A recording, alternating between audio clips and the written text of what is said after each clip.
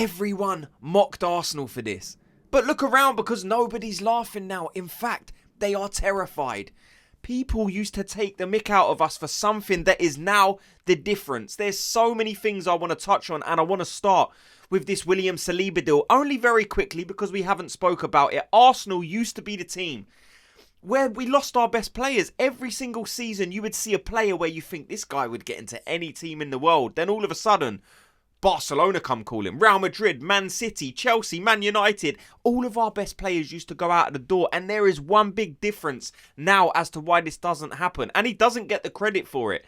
His name is Mikel Arteta. He is the reason why these players are staying. Like I said, in the past, under great managers, Arsene Wenger, we still used to lose our best players, but for some reason, these players are sticking around. Is it because they see something in the manager that lets them dream of the European trophies, the Premier League trophies? It has to be. Otherwise, these players would be leaving like generations of the past. Look, William Saliba signing a new deal is great news. Unbelievable. If you want to go on and be the best team, you have to keep your best players. It's just that simple. And Arsenal doing that is significant. It's a change of the tide. It is something we haven't been able to do previously. So now we need to reward that choice that William Saliba has made by winning silverware with him. Let me know your thoughts on the William Saliba deal. I also want to touch on a couple of different things, like that Olympiacos performance, especially in the first half from, there's so many players, but I mean the main one is of course Martin Ødegaard, and the words fail me. When Martin Ødegaard is in that kind of form, that special smooth, it's just like, I can't even put it into words. That guy is just so smooth. The engine, he's a metronome, everything.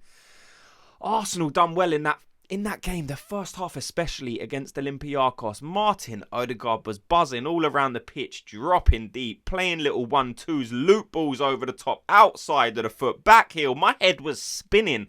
I needed my head to be on a swivel because the amount of work, just like I said, everything Martin Ødegaard done in that game. If we could only bottle that up and use it in those key games when you're coming up against teams like Man City, like Liverpool. Now, the only thing I would ask is, was the direction, was the information given to him by Mikel Arteta different in this game? Because he was, like I said, on top form. Was it just a confidence thing?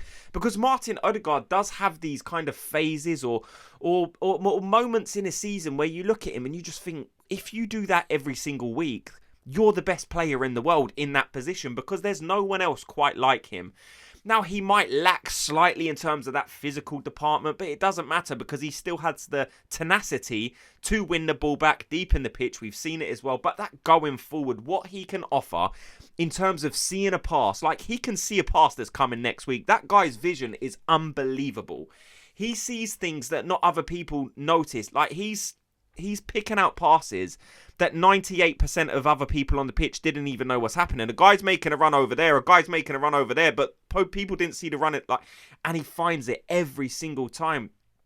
If he does that for the next, 5 or 6 weeks, because we've got a run of fixtures now where you would expect Arsenal are going to have a lot of possession, a lot of the ball. I want to see Martin Ødegaard kick on. We're coming up against West Ham on the weekend. I want to see Martin Ødegaard maybe paired with someone like an Eza. That creativity in the middle of the park would be off the scales. If we can have a Declan Rice or a Zubimendi in the number 6, and then two more creative players in those forward areas, that is when we could see a creativity overload, something that we've lacked in this Arsenal team for the past couple of seasons. Look, I've said enough about Martin Ødegaard. He was fantastic, rightly deserved all the credit he's been given in the media by fans. Score predictions, there was 3 people who got it right for the Arsenal versus Olympiacos game, and it was Jeff, Princo or Princo P, and Dr. Henry Kawisi. So thank you to you guys, you got it right. On the game in general against Olympiacos, I'll touch on it very quickly because I haven't had a chance to speak on it yet. It was such a fast start. That Martinelli goal was nice. Look, Martinelli's coming into a bit of form, undoubtedly. This is what most of us have been calling out for the past couple of seasons. Please just Go on a run of fixtures where you're scoring a few goals, getting a couple assists, getting yourself in some decent positions, and that is what Martinelli's doing. Martinelli is a confidence player. At the minute, he's playing with a confidence, and it's kind of like, I don't drop this guy. Like, we've just brought in Eza. We've got Madueke, who's injured, so he can't play anyway. But I wouldn't be dropping Gabriel Martinelli for the next game. I think he's earned his position. It'll be interesting to see what Mikel Arteta does on that left-hand side, because he seems hell-bent on getting Trossard into this team. Now, look, Trossard's a good player. It's not a negative that we've got all these players fighting for this position. I might think Martinelli deserves to start. Someone else might think Trossard. Someone else might play Eza in that position. That is what's great when you have a team who are all performing. And this Arsenal team is the best form team in the Premier League. I don't care what the league says. I don't care what anyone else's opinion is. If you look at Arsenal's football performances over the past, I don't know, 2, 3, 4, 5 weeks since the season started, we have been the team who's constantly trying to win games, and people can say, well, you didn't against Liverpool, you didn't against Man City, but all the other performances as well. You look at Liverpool, they've been scraping through. You look at Man City, they've been up and down. 1 minute, they look unbelievable. They're keeping possession of the ball. They're looking fluid in their attacks, but the next game, they can't hit a barn door with a shovel. So it's like, Arsenal have to keep this going. A lot of media people are heaping pressure on Arsenal now and saying, well, look at them. They're flying. They have to win the league. If they don't win the league, it's a failure. I'm not putting that type of pressure on Arsenal. As Arsenal fans, of course, we always expect that. Like, you always want that.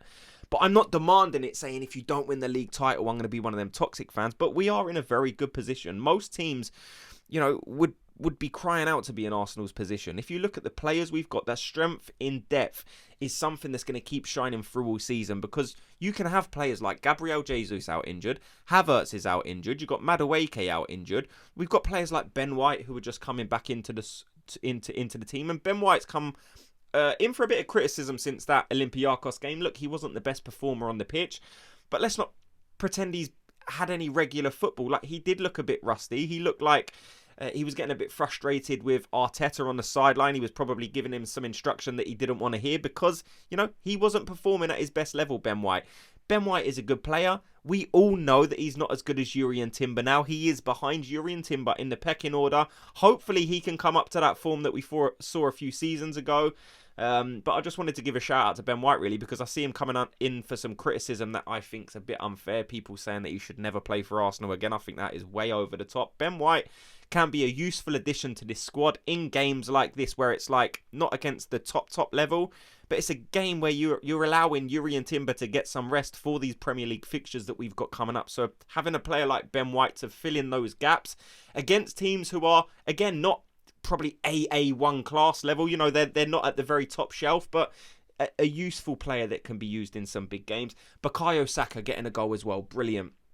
Keep Bukayo Saka scoring. Look, he's had a torrid time over the past few months with some injuries. The quicker he gets back to that goal scoring form, the better for Bukayo Saka. You could see how much it meant for him when he scored. It was a bit lucky, but at times all you need is a bit of luck. And now I'm hoping Bukayo Saka can pick up from where he left off before the injury, where he was scoring, assisting in almost every single football match. Let me know your thoughts on everything you've heard in this video. What are your thoughts on that Martin Ødegaard performance? For me, one of the best performances from an Arsenal player this season, if you're just looking at a 45-minute period. Absolutely bossed the game. Everything Arsenal done well went through Martin Ødegaard. Let me know your thoughts on the Olympiacos game. We're going to have videos coming up, or I'm going to have videos coming up about the West Ham game that is coming up this weekend. Thanks so much to everyone for watching and listening. Before you go, if you could do me a quick favour, just hit like and subscribe, and I'll speak to you all in tomorrow's video. Gooners, have a good day.